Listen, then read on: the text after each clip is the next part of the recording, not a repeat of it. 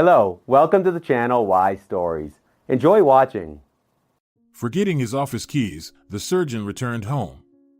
As he quietly entered the hallway, he froze, hearing his wife and mother-in-law talking. Carlos Torres was a surgeon by the grace of God, and that said it all. It was his essence and his calling. Without it, he couldn't imagine himself. "I want to be a doctor, a surgeon," Carlos asserted from an early age. The profession was noble, but unfortunately, it was no longer as respected and lucrative as it once was. Moreover, no one in the family had any connection to medicine, so his parents were baffled by their son's choice. "Son, maybe you should think about it some more?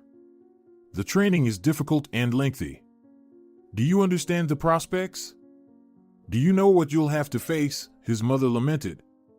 "Yes, Carlos," his father questioned. "Perhaps you should choose something more traditional, an economist, a lawyer?" "I didn't choose. I know, I feel who I must be," their son insisted categorically. The teenager showed extraordinary persistence. The parents could only shrug. What could they do? It was his choice. Although, of course, they continued to worry and doubt between themselves. But Carlos had no doubts. He simply saw the goal and went for it. How could a boy, who had never been exposed to this specific world, have such determination? Only as he progressed through medical school, seeing their son's success and the light in his eyes, did the parents finally calm down, marveling at their son's wisdom and foresight. And Carlos, ignoring everything else, just pursued his dream. Yes, it was a long and thorny path, but the young man overcame it step by step. He had no anxiety or insecurity. That was the most important thing. Even seasoned professors, with extensive practical experience, admired his talent during practical sessions, his way of handling a scalpel, his knowledge, his composure, his ability to control the entire staff in the operating room, albeit a training one. All indicated that they were witnessing a future outstanding surgeon. Having completed his university path, internship, and becoming a resident allowed to perform independent surgeries, Carlos was infinitely happy. He saw his work not as routine and obligation, but as a celebration, a way of self-discovery day by day. The young surgeon's entire life was dedicated to his profession, and every patient was critically important to him. Carlos Torres strove to do his best for each patient, regardless of his fatigue, chronic sleep deprivation, and terrible workload. He saw it as his duty and couldn't do otherwise. His life routine consisted only of endless work. There was no place for even a modicum of rest or self-pity, as so many people needed help. Carlos was passionate about his work and at work. It was the meaning of his existence. The gratitude of recovering patients and their relatives knew no bounds. Everyone saw this dedication of the young surgeon from the outside. Even the usually cynical junior and middle medical staff treated him with respect and admiration. Polite, intelligent, and fair, the man was well liked by everyone. But everything has a flip side. Naturally, such a dedicated approach primarily affected other aspects of life. First and foremost, it hit his personal sphere. Carlos simply didn't have the physical capability to devote enough time to his family. He couldn't be in two places at once. There was work, which took up an enormous amount of time, and he needed to sleep, and that basically exhausted his day. This couldn't help but cause dissatisfaction in his wife. Regina constantly confronted him, demanding attention and care. Carlos sincerely didn't understand these complaints. He had always been honest that work was his top priority. He never built rosy castles in the air, promising to be home by 6 p.m. That was simply impossible. He thought Regina should have understood the rules of the game from the very beginning. It seemed she accepted them when she agreed to be his wife, to go through life with him, to be his reliable support. But, as often happens, the young woman overestimated her strength. She wasn't ready to become the classic wife who silently waits for her husband by the window.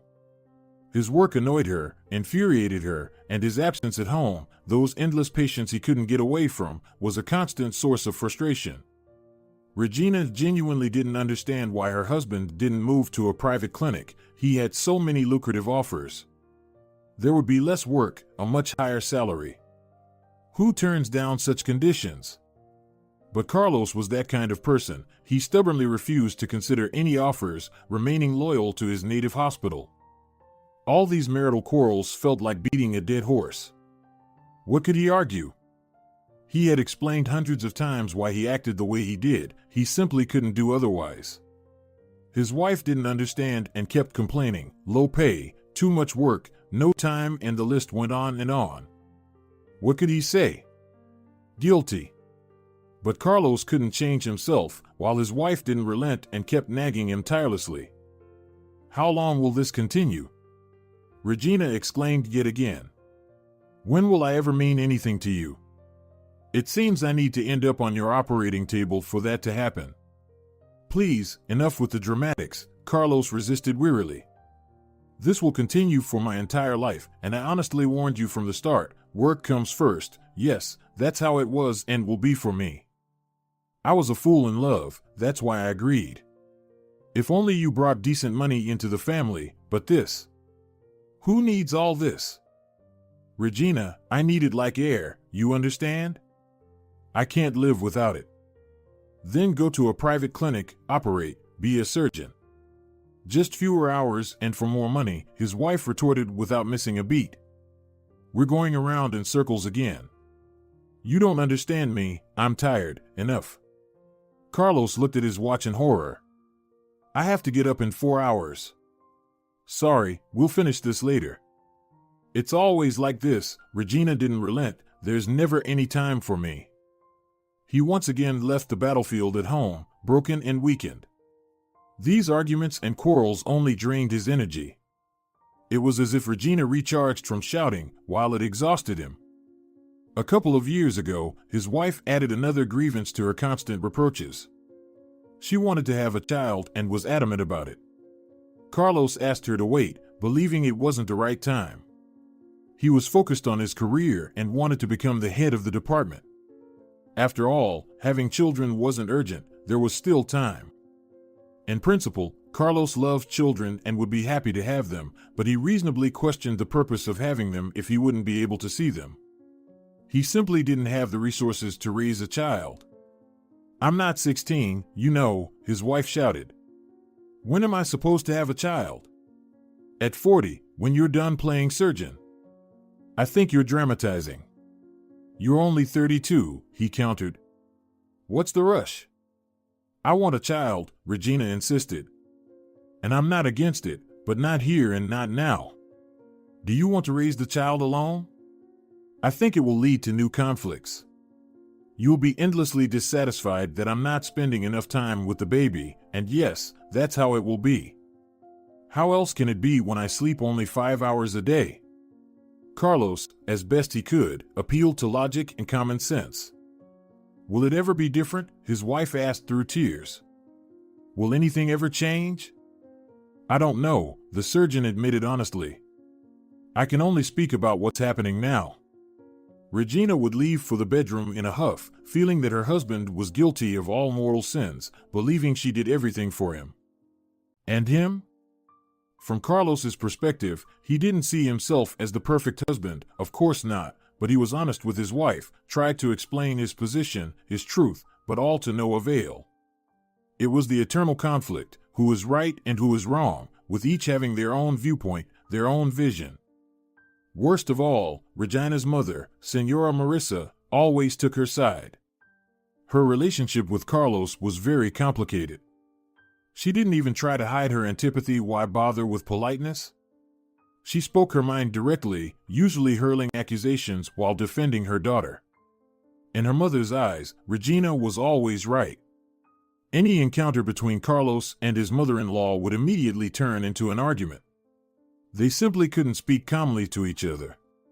The only solace was that Carlos worked constantly, so he saw her less. She was almost always at their home, apparently providing moral support and caring for her daughter. Fortunately, his parents didn't interfere, didn't try to openly assert their opinions, otherwise, it would have been complete chaos. This infuriated him. He couldn't understand why his mother-in-law was always hanging around, constantly meddling in their family. Was this normal? They lived separately. Why come over and try to establish her own rules, give advice, and comment on everything? Undoubtedly, Regina enabled this behavior, as she wouldn't make a move without her mother. So, while Carlos's career was on track with promising prospects, his personal life was falling apart. He had no answer, no solution. His parents somehow managed to get along. It seemed his mother listened to his father and could put herself in his shoes. Why couldn't Regina do the same? Who was to blame? These depressive thoughts increasingly consumed Carlos, and, to be honest, he even started contemplating divorce. The marriage completely failed to meet his expectations. What did Carlos hope for when he met Regina, fell in love, and proposed to her? He thought the girl would become his wife, his reliable support, that he would hurry home because his beloved would be waiting for him. But what was the reality? On the contrary, he increasingly stayed overnight at the hospital, in his office, even when there was no professional necessity. He didn't want to go home and listen to the same complaints over and over, or worse, meet with his mother-in-law. Looking at such a prospect, it was much better to have a meal in the local cafeteria and sleep on an uncomfortable couch. At least his nerves would be intact. Carlos thought about how he had to operate the next morning, interact with patients and their relatives. How long would he last if he kept shaking his nerves even more? And to be honest, almost all of his colleagues were divorced. Apparently, family ties simply cannot withstand such work, this frantic pace of life. Even the most understanding and patient gave up. And Regina, let's face it, by nature was not an understanding and patient wife. She had little empathy or sympathy, and worse, they spoke different languages. How many thousands of times had he tried to explain his truth to her, why he didn't want to leave the city hospital and move to the private sector? But no, his wife either didn't understand or didn't want to understand him at all, parroting the same thing, less work, more money, without trying to grasp that for him, it wasn't a plus. All this accumulated into endless negativity. Carlos was tired of coming home to receive a new portion of complaints and dissatisfaction. It was hard to remember a day when he and Regina peacefully talked, communicated on other topics, or discussed anything. Home was no longer a place of strength, a place where he could rest, and he already had endless stress. So what was the way out? One night, while on duty in the residence room, Carlos found himself alone with a colleague, the head of the trauma department. Lucas Rossetti was an experienced man, much older than the surgeon, and had recently divorced for the third time, but now he seemed very happy and content with life. The young colleague couldn't resist asking, eager to learn about someone else's experience and personal life. Carlos's question didn't surprise the traumatologist at all. Yeah, divorced again, the man cleared his throat, wanted a strong support system at home, but alas, it didn't work out again. And I fell for it, knowing it wouldn't work, but I still hoped. The young surgeon became even more saddened and concluded sadly, "It seems I'll have to go through this too. My marriage with Regina just isn't working out." Carlos expected support, understanding, thinking that if anyone, the seasoned and repeatedly unsuccessful traumatologist would surely understand. "Oh, stop it, rookie," Lucas waved him off. "You're both too young, that's why it isn't working out. Hormones are still raging and dictating behavior. Wait, give it time, maybe she'll calm down. She nags you, right?" Carlos only nodded in response. Of course. We all have the same problems, wives who have nothing to do with this profession, sitting at home and not understanding what their husbands do here, hence the constant quarrels. Do what you think is best, but I wouldn't be hasty if I were you. You'll regret it, obviously, unless things are really bad, if you're not at the end of your rope. Do you know what it's like to come home to an empty apartment after a shift, cook pasta for yourself, and that's if you even manage to buy it beforehand? Honestly, it's awful, makes you want to howl, Lucas sighed bitterly. He clearly got lost in his thoughts, recalling his own experiences. After a brief pause, he continued. And look at our chief, he's been married for 40 years. Can you imagine that? Yes, a saintly woman, very patient, Carlos said enviously. Try finding someone like Catalina nowadays. Oh, the traumatologist smirked, she was probably different when she was younger. Wisdom and patience don't come immediately. These qualities aren't typical of the young. In our youth, we're all maximalists, selfish, egocentric, focused only on our interests. That's normal. Over time, other qualities emerge. How old is your wife? 32, like me. She'll settle down. She's still young, too lively and proud. She'll calm down, grow out of it, Lucas tried to reassure him. Carlos wanted to believe his colleague was right, but his heart suggested otherwise. Maybe Regina would indeed become calmer, more patient, and wiser with age, listen to her husband, and respect him. But would they last until that bright moment? It seemed unlikely. One of them might just not withstand the current situation and drop out. Carlos wanted to believe he could overcome himself, be smarter, rise above all this. But he had less and less hope. Unfortunately, the next day at home brought another disappointment, confirming all his saddest and most troubling thoughts. Regina, unfortunately, was in a terrible mood, and the ensuing argument was beyond imagination. Carlos stoically listened to all his wife's complaints, silently nodding, trying not to get worked up, but his wife's anger only intensified in response to his passive reaction. And damn it, how to behave if he shouted, it would enrage her, and if he stayed silent, it would infuriate her even more. Exhausted from battling the incomprehensible, he practically begged for mercy. Regina, I beg you, let's leave this conversation for now. I have a terrible headache, and I haven't slept a single second. It's been a very tough day. I haven't slept for more than 30 hours. This plea was seen as cowardice by Regina, and he immediately paid for it. And do you think I'm not tired? I also work day and night, plus I have to constantly do the laundry, clean, and cook at home, like a hamster on a wheel. You only come home to sleep and then leave. His wife ranted and raved, and his words only triggered a new tirade. I don't force you to do the housework. I load my own clothes into the washing machine, hang them up myself. I eat in the cafeteria. Again, it was all in vain. His wife twisted his words. So you're accusing me of being a bad housewife? Oh God, Regina, what is it? Where did I say that? Carlos finally lost his temper and protested. I was just stating that I try not to burden you with all the household chores and do what I can myself. But who was listening to him? After so many years, he should have been used to his words being twisted and taken out of context. I should have kept quiet. Why did I even try? He scolded himself internally. I just gave her more fuel for her complaints and yelling. Regina was consistent. The topics had long been set. She complained about how everything annoyed her, that they were always short on money, and that Carlos was never around. He was fed up with it, the same thing over and over. He didn't want to argue, even though he had counter-arguments. How were they short on money? They lived in their own apartment, nicely renovated, debt-free, able to afford many things. From his perspective, there was no reason to complain, but his wife saw things differently. To her, everything seemed bleak, and she voiced her grievances. This angered him even more than the yelling.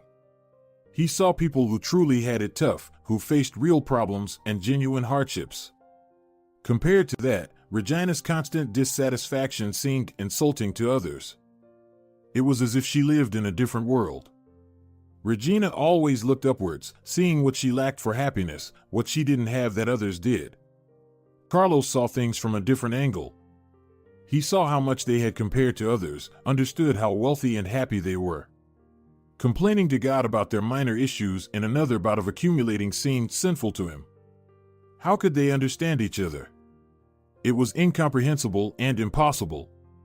Carlos was lost in his thoughts while his wife's tirade continued.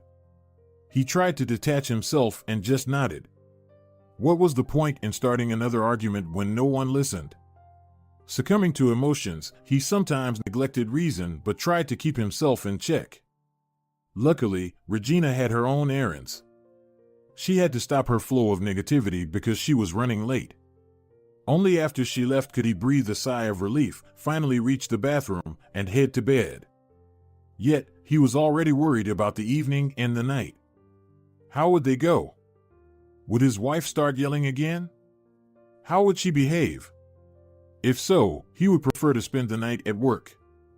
Only the thought of the challenging surgeries scheduled for the next day made him stay home, at least while there was still hope of getting some sleep in a comfortable bed.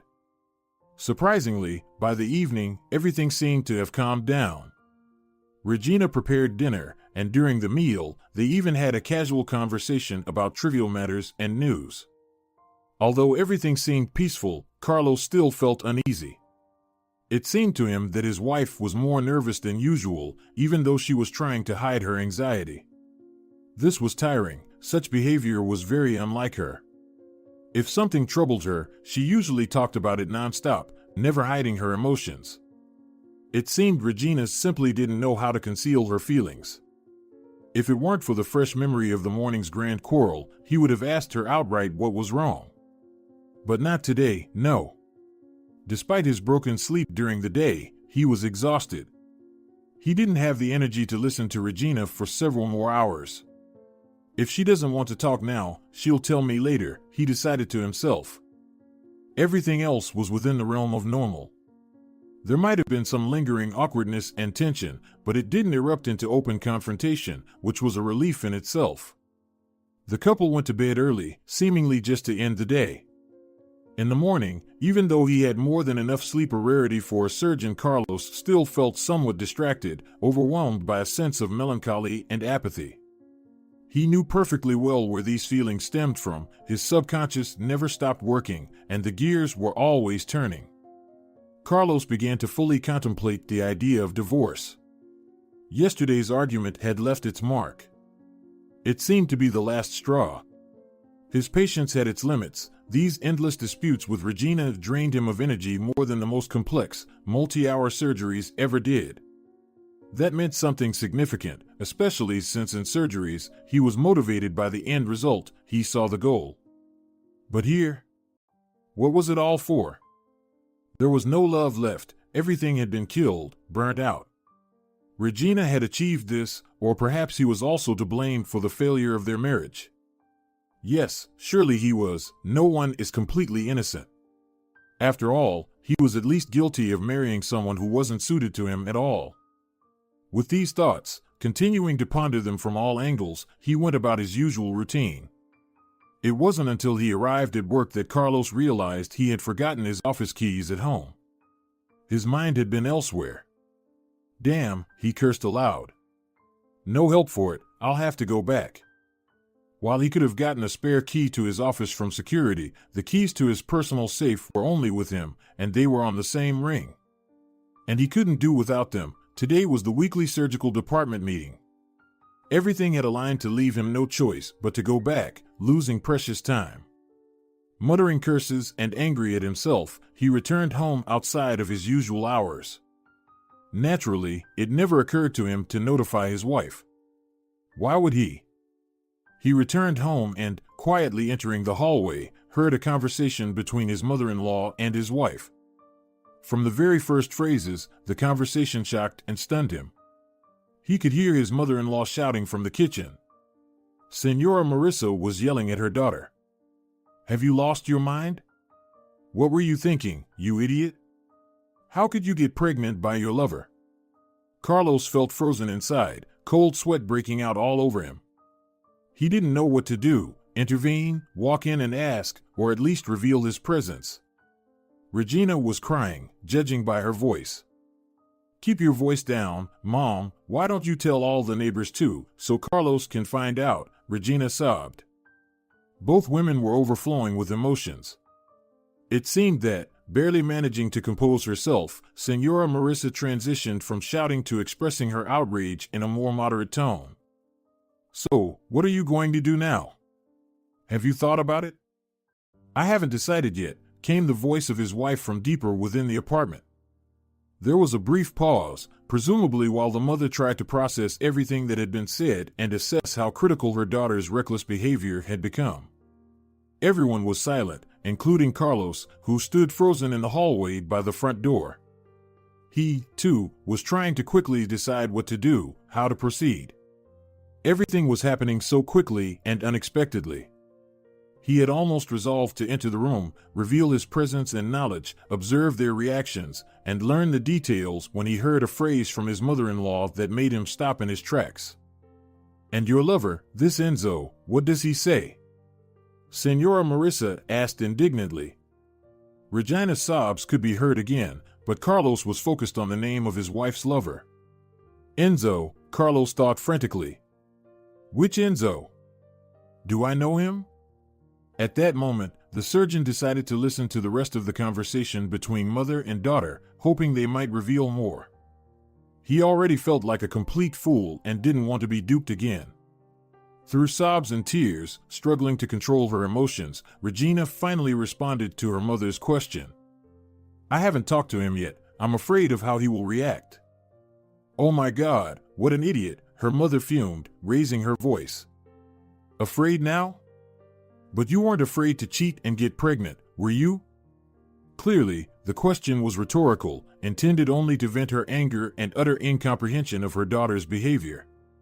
It was unlikely that Senora Marissa condemned the cheating itself. More probably she condemned the foolish mistake of getting pregnant.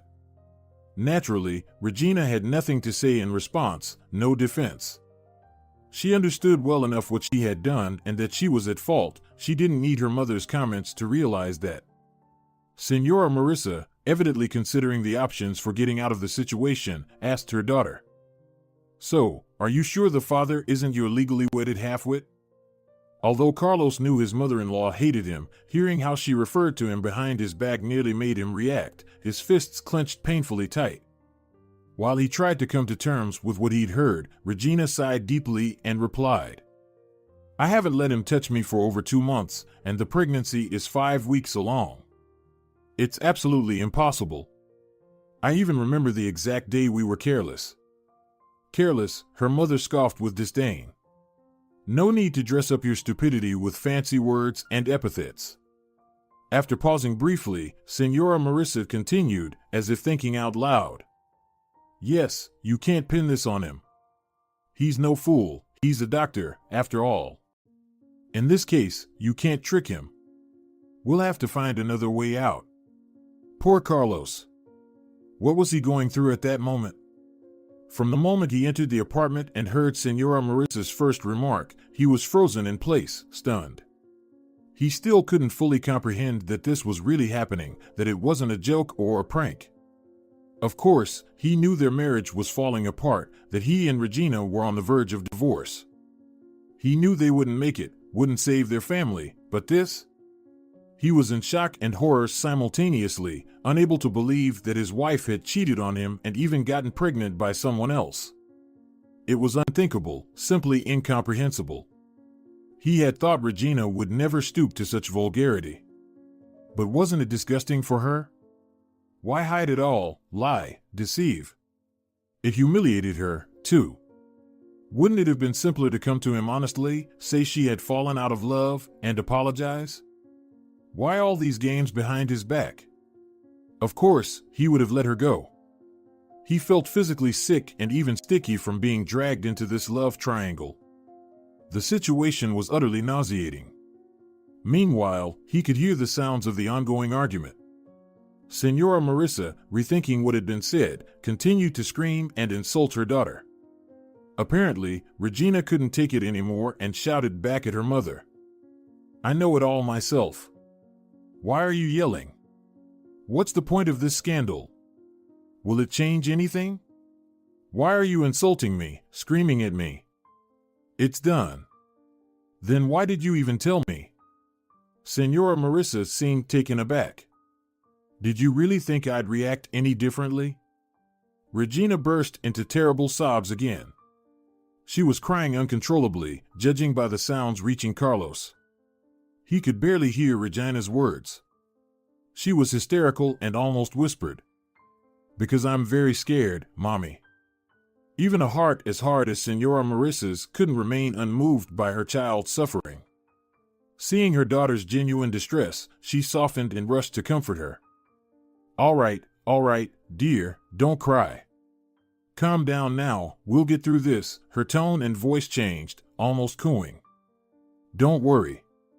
Either you can still pass the baby off as your fools, or you can marry his boss if it works out. There are still options. Don't lose hope too soon. Senora Marissa's last phrase struck Carlos to the core. Marry the boss? So, his wife's lover, the mysterious Enzo, was his direct superior, the head of the surgical department. This news shocked him. It was unbelievable, like something out of a bad joke, but how could this be real life? Carlos frantically thought about what to do, how to handle these newly revealed circumstances. This complicated everything exponentially. The conversation in the kitchen had entered a different phase. The emotional intensity had lessened, and they were speaking more quietly now, in fragments that were hard to make out. At any moment, mother and daughter could leave the kitchen and find him standing in the hallway. He knew he wouldn't be able to feign ignorance or act as if he had just arrived. He didn't have such talents, and Carlos knew this well about himself. A decision had to be made. No matter how painful and upsetting the news, he tried to think rationally, keeping his mind cool, a professional habit. It boiled down to understanding that he essentially had two options. The first was to burst in and create a scene, the second was to leave and think things through more carefully. The second option was infuriating. Why should he behave like a spy, acting behind everyone's back? Was he guilty of anything? Had he cheated on his wife? He didn't want to feel like a character in a cheap melodrama, suffering in silence behind everyone's back. Why should he? What had he done to deserve this?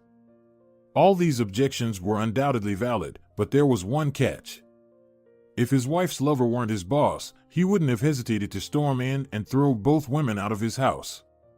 Why delay? But the situation was too delicate. Carlos was ready to lose his wife. He had already lost her, but he wasn't ready to risk his career. He could change jobs, move to another city hospital, but his boss had certain connections and influence. No, he needed to take a pause. He didn't want to act rashly and regret it later. A complex operation requires preparation and a detailed plan, and this situation was no different. He needed to proceed cautiously, thinking ahead about the consequences and anticipate potential pitfalls. The rational and thoughtful surgeon didn't forget to grab the keys from his coat pocket, the reason he had returned in the first place, before leaving the apartment. He wasn't ready to make a decision yet, so it wasn't the time. Naturally, Carlos continued to dwell on what had happened all the way back to the hospital, replaying every word, tormenting himself. But as soon as he arrived at work, all thoughts of his personal life vanished from his mind. The day was incredibly busy, with no time to spare, an endless amount of work, leaving him not a single free moment. It was as if someone above was protecting him, redirecting his attention, forcing him to think about something else. In a way, he was even grateful for the hectic pace. It provided some psychological relief. Work was the best way for him to reset mentally, and today there was plenty of it. Not only were there scheduled surgeries, but they were also bringing in emergency patients. And what was there to do?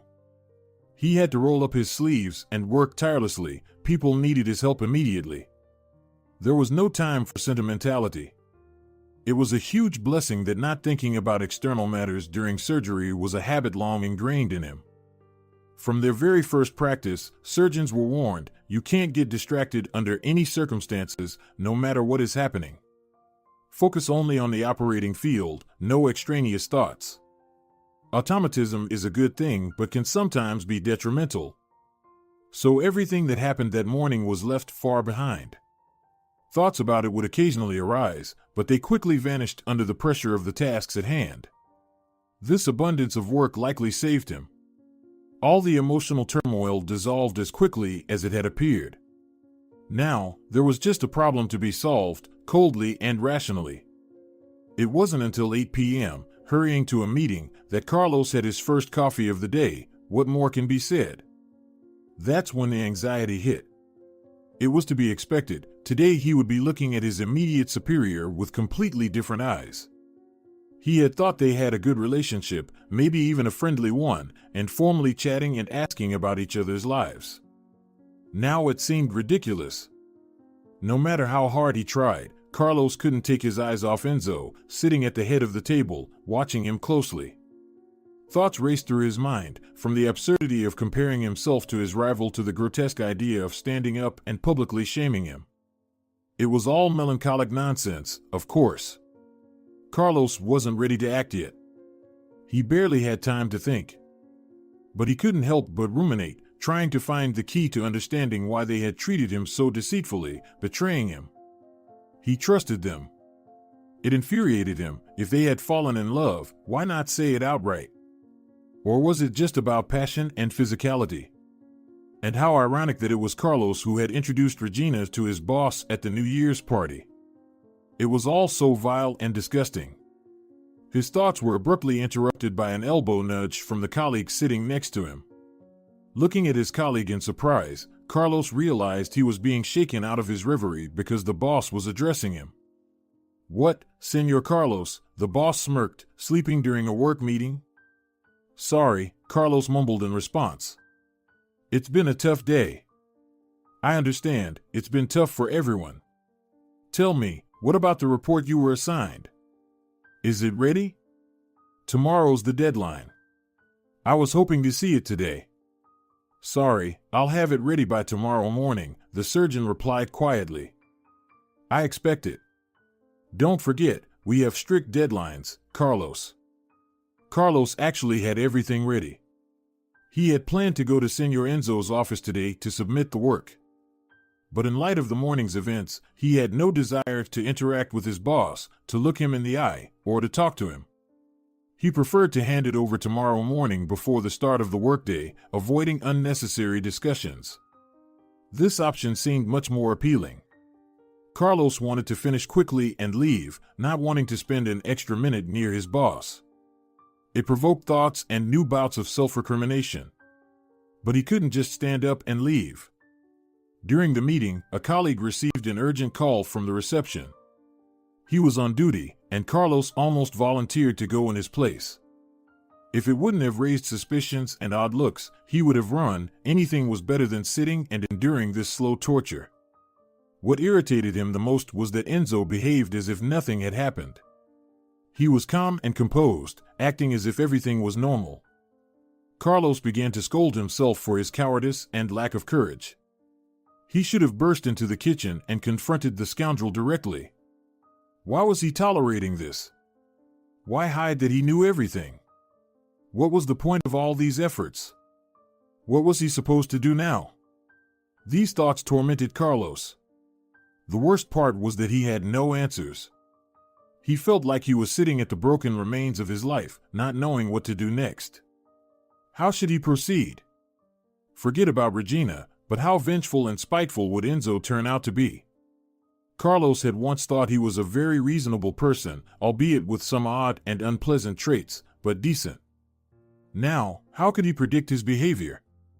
It was an interesting situation. The boss steals the wife, and the subordinate fears for his career. Where is the justice? Where? Is there any justice in this world at all? The surgeon wondered. Stupidly, he knew better than anyone that there was no such thing as justice in the world.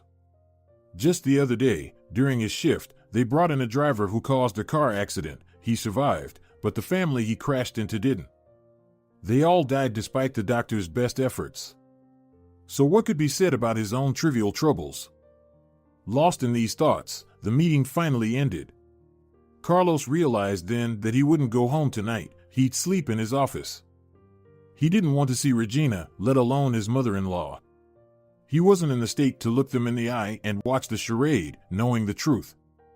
It was terrifying to imagine how he would react with his new knowledge if his wife started another argument, asserting her rights and making demands.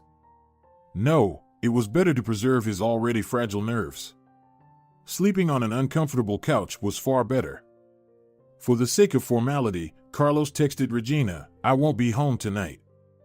I have an urgent report to finish." Immediately after sending it, he turned off his phone's sound.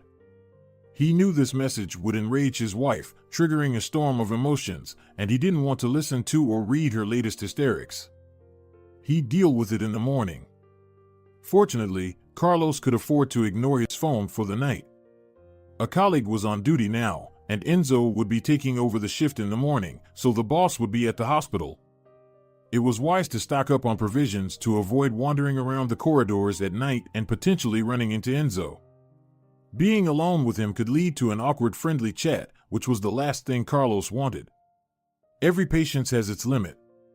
Having prepared everything he needed, he felt he had covered all bases and sat down to work on patient records, organizing documents, and making notes.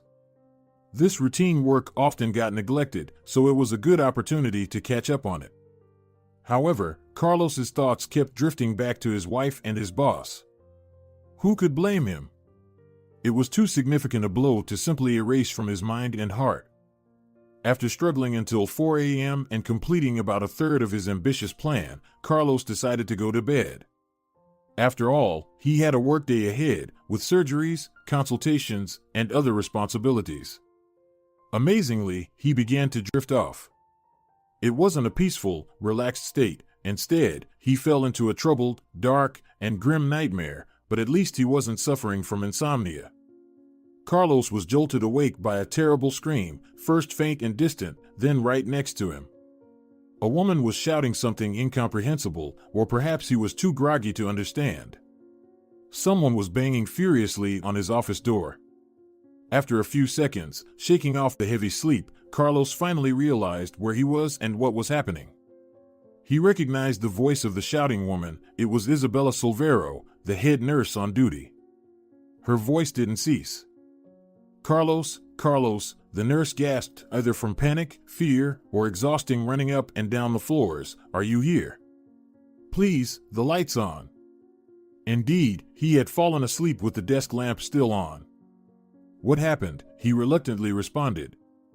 Naturally, Carlos understood that such a distressed and panicked voice from an experienced nurse, who had seen a lot, signaled a disaster of global proportions.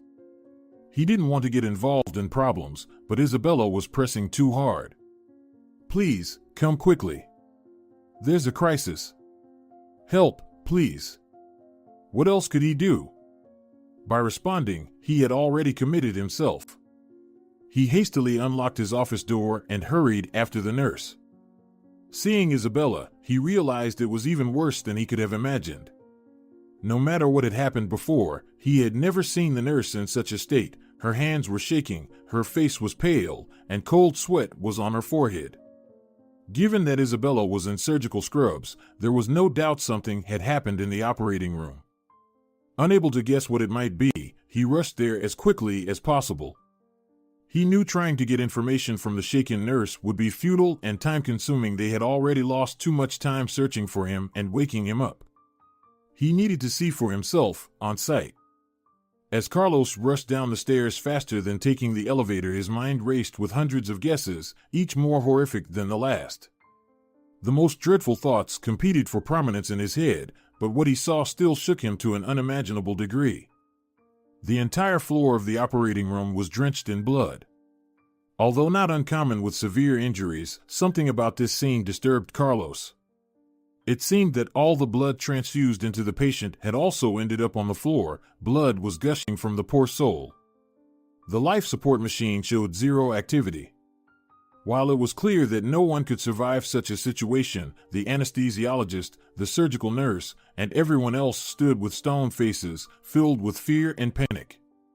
One person, however, seemed unaffected.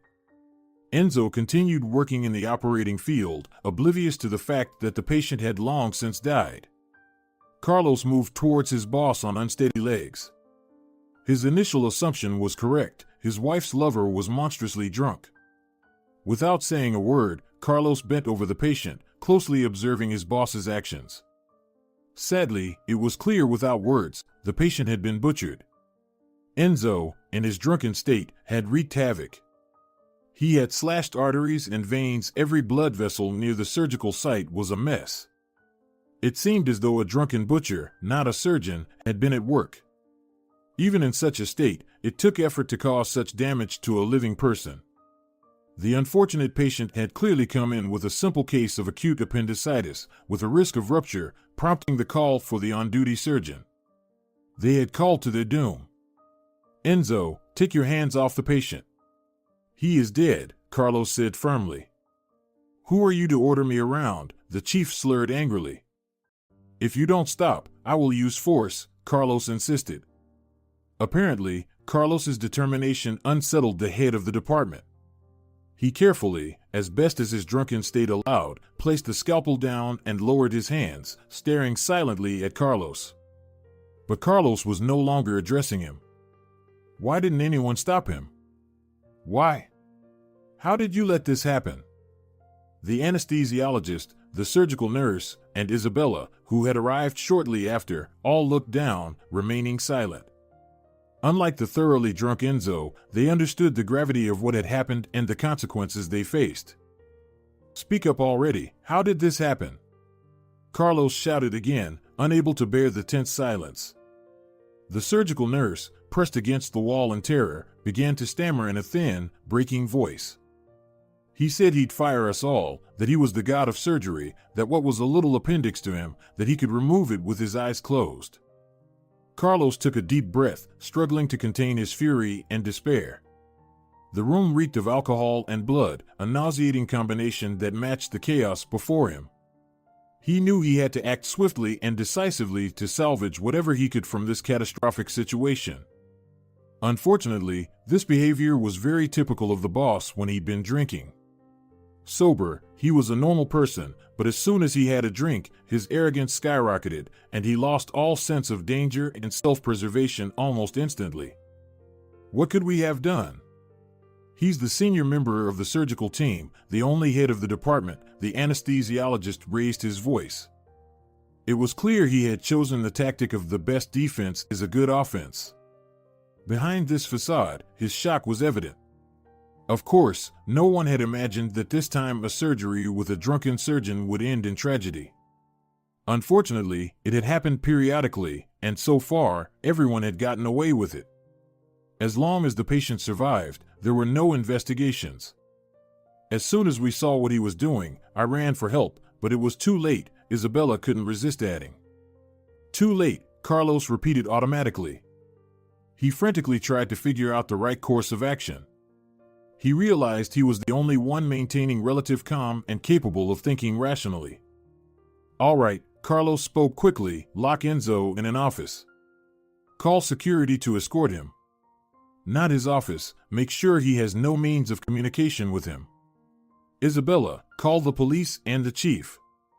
Everyone present immediately turned against him, a chorus of voices expressing dissatisfaction. The boss was outraged that a subordinate had taken it upon himself to give orders. The anesthesiologist was also furious that Carlos had assumed authority. The surgical nurse was wailing and even started crying. Isabella was shocked at the idea of calling the police. It was strange. How did she think this would be handled? Did they really think they could cover it up? Everyone shut up. Enzo, especially you, or I swear to God I'll hit you, Carlos shouted in a voice that didn't sound like his own. This command immediately silenced everyone. What's unclear? Isabella, why are you standing there? The woman still stood in the doorway, not daring to move. Her eyes were wide. Call the police? Are you sure? Where else? Now, and no arguments, Carlos demanded. Apparently, he was very convincing in this role, as everyone quickly gave in and began to carry out his orders. Isabella left to call security to isolate Enzo and to contact the police and the chief doctor. Carlos turned to the others. Let's get this place cleaned up and preserve any evidence. We need to make sure everything is documented properly for the investigation. We can't afford to make any mistakes now. He began to organize the staff, ensuring that they all had specific tasks to help manage the situation. Despite the chaos and his own turmoil, Carlos knew that the only way to get through this was to stay focused and take control. All right, Miguel, he addressed the anesthesiologist, you need to sit separately for now and don't talk to anyone. Yolanda, you too. The surgical nurse nodded meekly and retreated, but the anesthesiologist wasn't ready to give in. Who put you in charge? What do you think of yourself? He protested. Carlos's eyes filled with anger, and his voice dropped to a near bass, becoming deep and resonant. Don't even think about arguing with me. You've already made a mess here. A person is dead. Do you realize the consequences for all of you? You'll all go to jail. How could you let a drunk idiot near the operating table? He can't even stand straight. Miguel's defiance quickly deflated. The spirit of competition and contradiction vanished. I'll be in the break room, he muttered reluctantly and left, casting a highly dissatisfied look at Carlos. Carlos was left alone with Enzo. Enzo seemed utterly clueless about what was happening, his dull, uncomprehending gaze shifting from the patient to the instruments to his subordinate. He even tried to engage in dialogue, asking questions, but Carlos ignored him. What was the point of explaining anything to someone who barely knew his own name? He just had to wait for the security guards to arrive, take Enzo away, and lock him up to prevent any further damage. Once Carlos ensured that Enzo, Miguel, and Yolanda were isolated and that the police had been called, he sat in the main foyer, waiting. He wondered who would arrive first, the chief doctor or the police, and who he would have to explain to first. He needed to maintain his composure and not succumb to stress. The day had been extremely eventful since the morning before. Who could have predicted such a drastic turn of events? How could life flip so dramatically? Carlos couldn't stop thinking about one thing. If not for that fateful morning, which had been just over 20 hours ago, would he have acted the same way? What if he had remained blissfully ignorant of the relationship between his boss and his wife, unaware of her pregnancy by Enzo? Would he have done the same? Nothing would have changed, right? Wouldn't he have tried to cover for his boss out of a misplaced sense of duty? He wanted to believe in himself as a decent person, but honestly, Carlos wasn't sure. Everything changed when his view of his boss changed. Moreover, Carlos was convinced that Enzo had gotten drunk to such a piggish state for a reason. He must have found out about Regina's pregnancy. That didn't excuse him, of course. As he sat alone, Carlos tried to understand whether he was a good or bad person. He was deeply troubled by the connection between the morning's and night's events. It's a pity that history doesn't tolerate the subjunctive mood. No one will ever know what might have happened if a certain event or circumstance were erased. Carlos knew that the only way to remain a decent person in this situation, to retain his self-respect, was to hand his boss over to the authorities and let them handle it. But would he have done so if he didn't know that Enzo, the drunken surgeon and clear cause of the patient's death, was his wife's lover? If he had thought of Enzo only as his boss, colleague, mentor, and a decent guy? These moral dilemmas were a serious test for the surgeon, and he also felt deeply sorry for the patient who died for no reason, having come in with such a simple issue and ending up like this. It was a tragedy for all of the patient's relatives and loved ones. Carlos was snapped out of his sad thoughts when the disheveled chief doctor burst into the hospital building. Such speed was to be expected, he lived in the neighboring house. Roberto Cornelio rushed toward the surgeon without slowing down. "What the hell?" the chief doctor shouted. Noticing that a few visitors were turning to look at him, he lowered his voice but still hissed with tension. "You should have called me first, consulted with me. What do you think you're doing? Who gave you the right to take charge?" To be honest, Carlos had no doubt that this would be the reaction. The chief doctor would be furious. Naturally, his priority was to protect the hospital's reputation, maintain the appearance of legality, and cover up the crime if possible. But Carlos had cut off all his avenues for retreat, provoking anger and aggression from the higher-ups. Yet Carlos knew he was in the right and had no intention of backing down. Not a single muscle twitched on his face. "I did what was necessary. You didn't see the state Enzo and the patient were in. What he did to him is unimaginable." "Exactly," Roberto shouted again. "I should have seen it and confirmed it." Carlos thought to himself, yes, confirm that there is nothing to be done to cover for the drunken surgeon. But aloud he said, "Reporting a crime is my civic duty and responsibility. I'm not going to neglect it." The chief doctor was infuriated by the surgeon's tone. He was about to launch into another angry tirade, which would undoubtedly have contained a fair amount of insults, but fortunately, the police officers finally arrived. Roberto had to pull himself together and go with them to assess the situation and offer his assistance. However, he shot Carlos a look that clearly conveyed, "This isn't over yet." But Carlos didn't care. He didn't feel guilty, in fact, quite the opposite. These past 24 hours had been the strangest of his life. Morning, day, night, and now early morning, all were filled with various surprises and emotional shocks. The officers began their investigation, and Carlos knew he had done the right thing. The truth would come out, and justice would be served. No matter the consequences, he had acted with integrity, and that gave him a sense of peace amidst the chaos. Carlos felt like he had repeated everything he knew 100 times. He had to recount the events again and again for various people in uniform and plain clothes, being asked even the most insignificant details. The police officers and investigators were interested in everything, asking him to repeat even the details of yesterday's meeting. They were questioning all the staff who were at the hospital and had even the slightest connection to the incident. Moreover, all the surgery staff and Enzo's subordinates were summoned. The police were interested in every detail of the chief's life. Maybe someone had noticed any oddities recently. The thoroughness was astonishing. In his line of work, Carlos had been questioned before in various situations where law enforcement was involved. There had been complaints, reports, and routine inspections. He was well versed in dealing with people in uniform.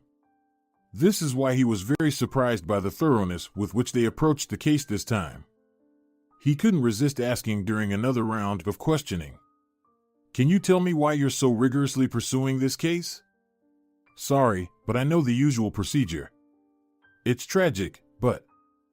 "Don't you know who the deceased was, whose son he was?" the officer interrupted him. Of course, Carlos didn't know and couldn't even guess. He shook his head in surprise. The man who died on the operating table was the son of the deputy mayor of the city, Senor Juan, the officer replied wearily. And suddenly, everything made sense. The police had to thoroughly investigate the death of the patient to determine whether it was an accident, a criminal act of drunken negligence, or cold-blooded murder. At that moment, Carlos realized that there was no way Enzo would get out of this. He would be imprisoned.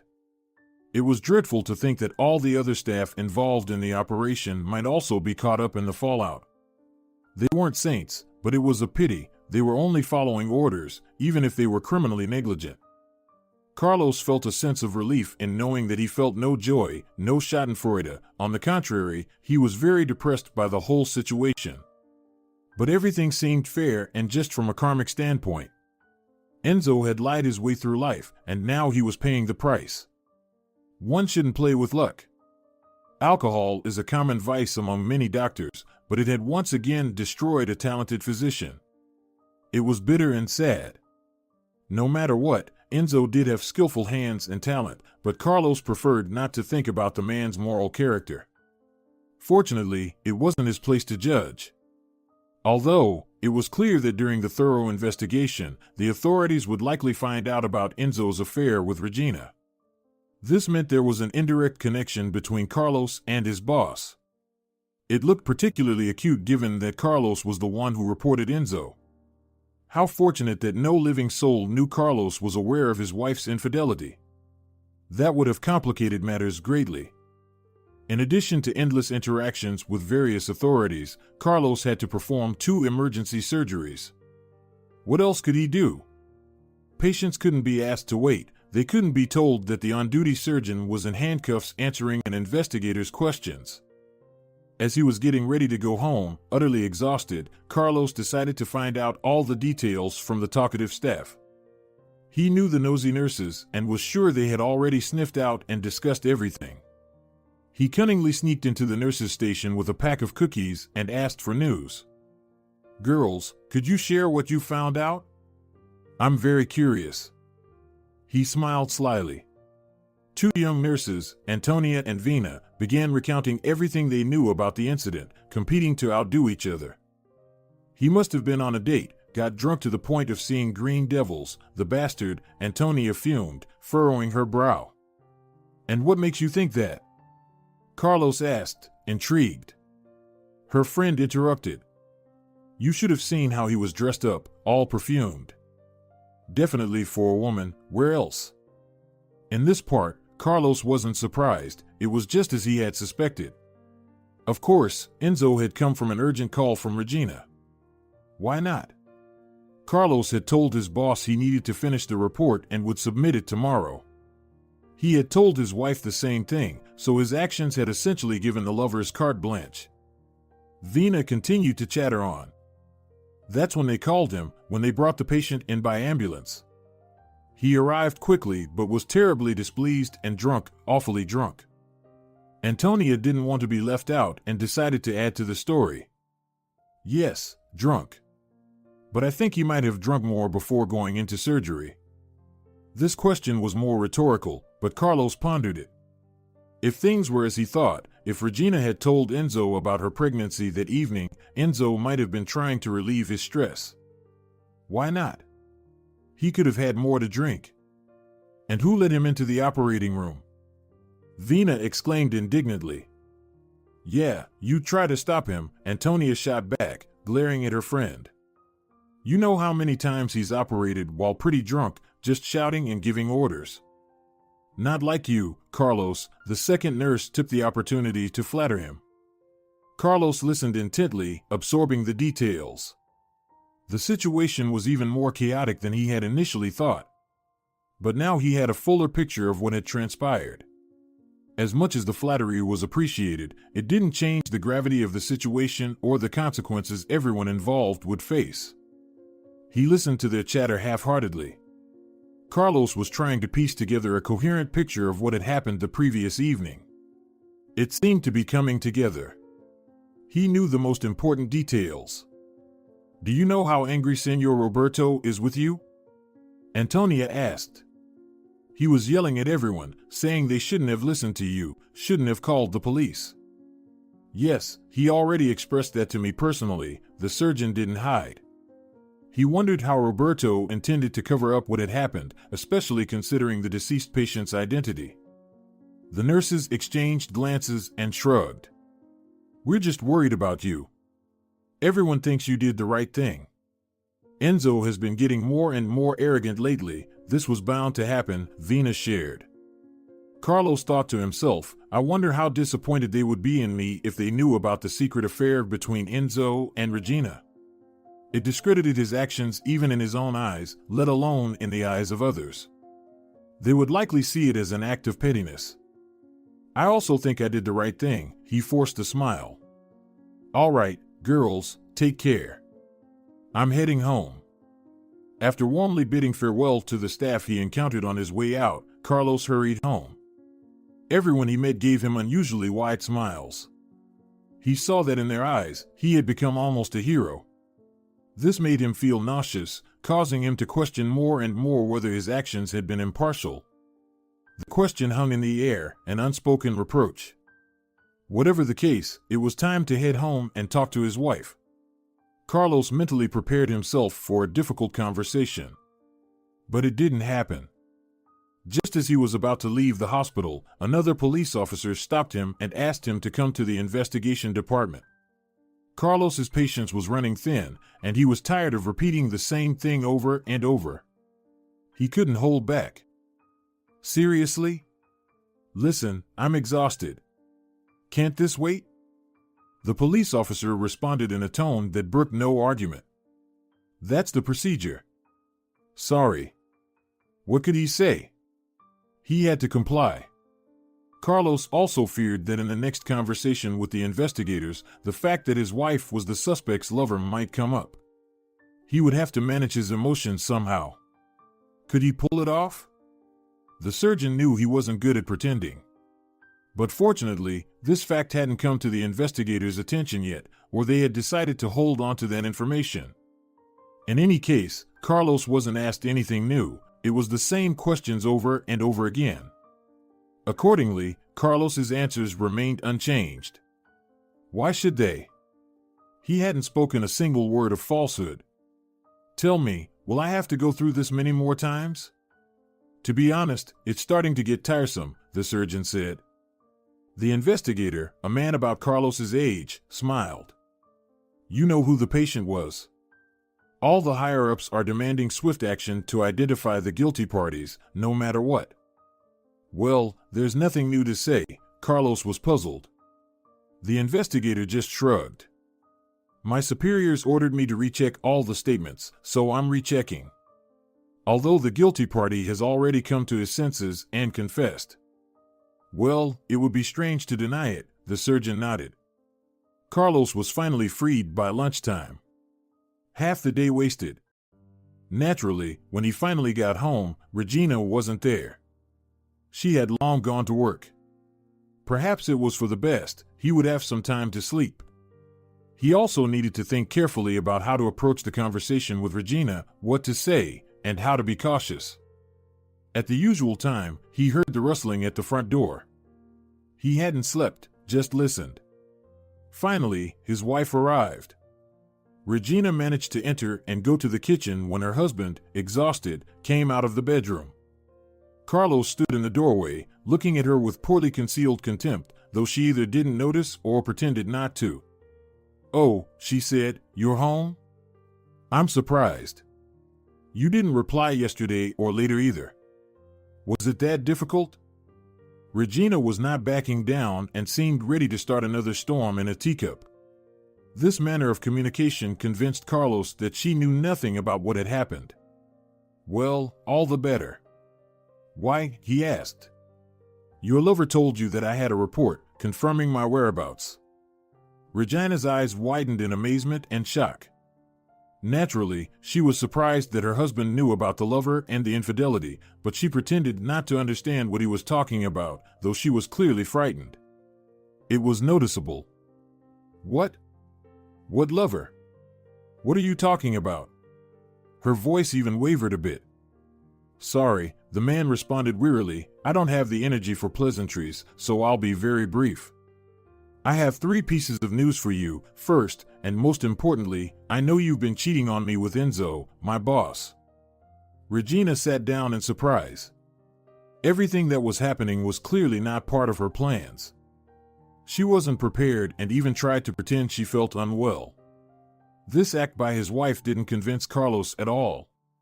He continued his prepared speech.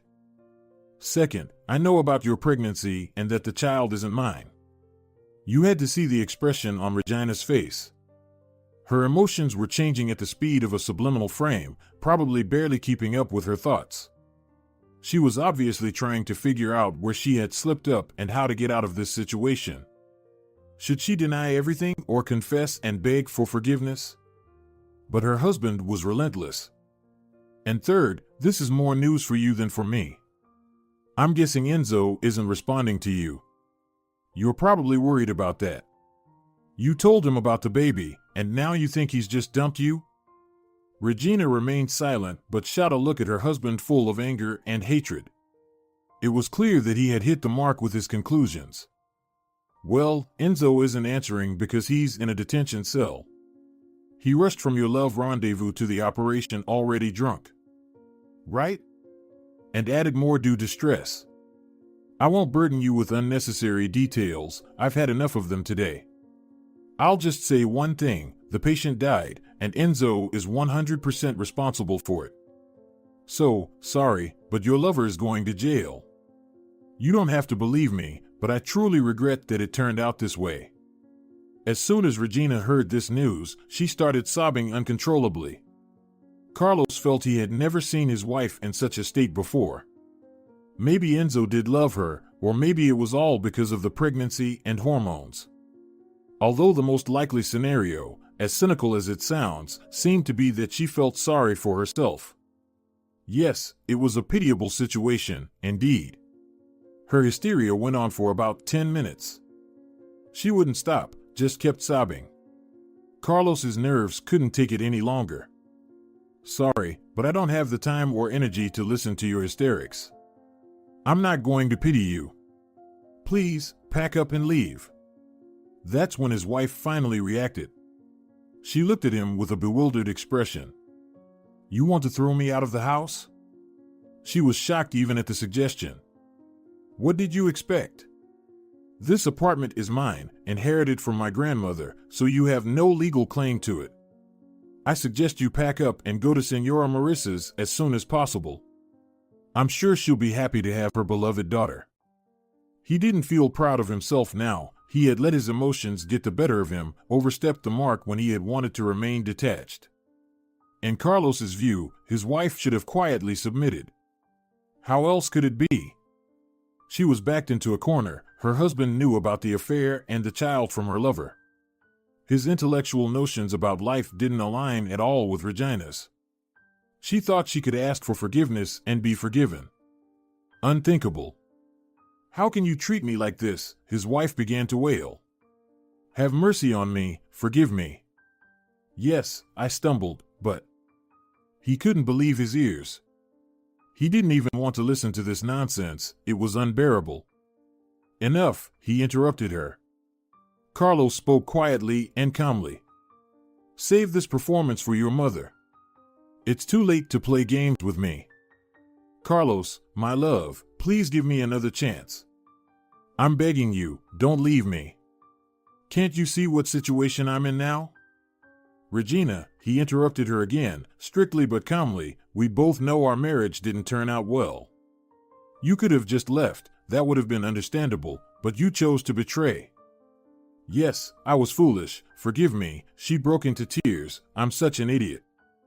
I'm just amazed at how much you think I'm a fool.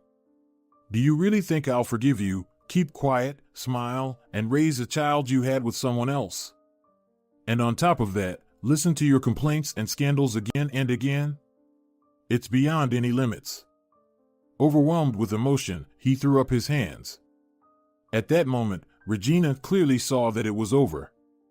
No matter what she did, no matter how much she begged for mercy, no matter how much she groveled at his feet, nothing would help. It was the end, his patience had run out. The calmness, even tone, and weariness in his eyes greatly influenced her final decision.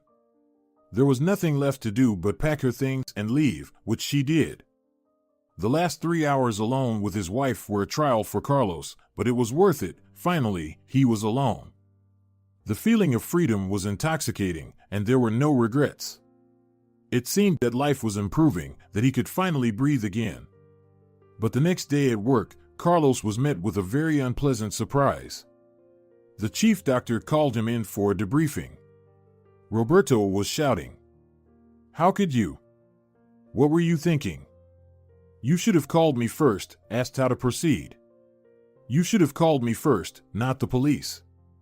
The surgeon's nervous system had grown tired of resisting endless stress, and in an unwise moment, he blurted out. And what would have changed? Would you have hidden the body? That was a mistake. Roberto shouted so loudly that several floors above and below could hear him. The outcome was obvious. The chief doctor forced him to write a resignation letter if he didn't want any trouble at work. Of course, he could have refused categorically. But how would that help? To sue the hospital, fight the chief doctor's decision, ruin his reputation, and worse, continue working under this madman, who needed that?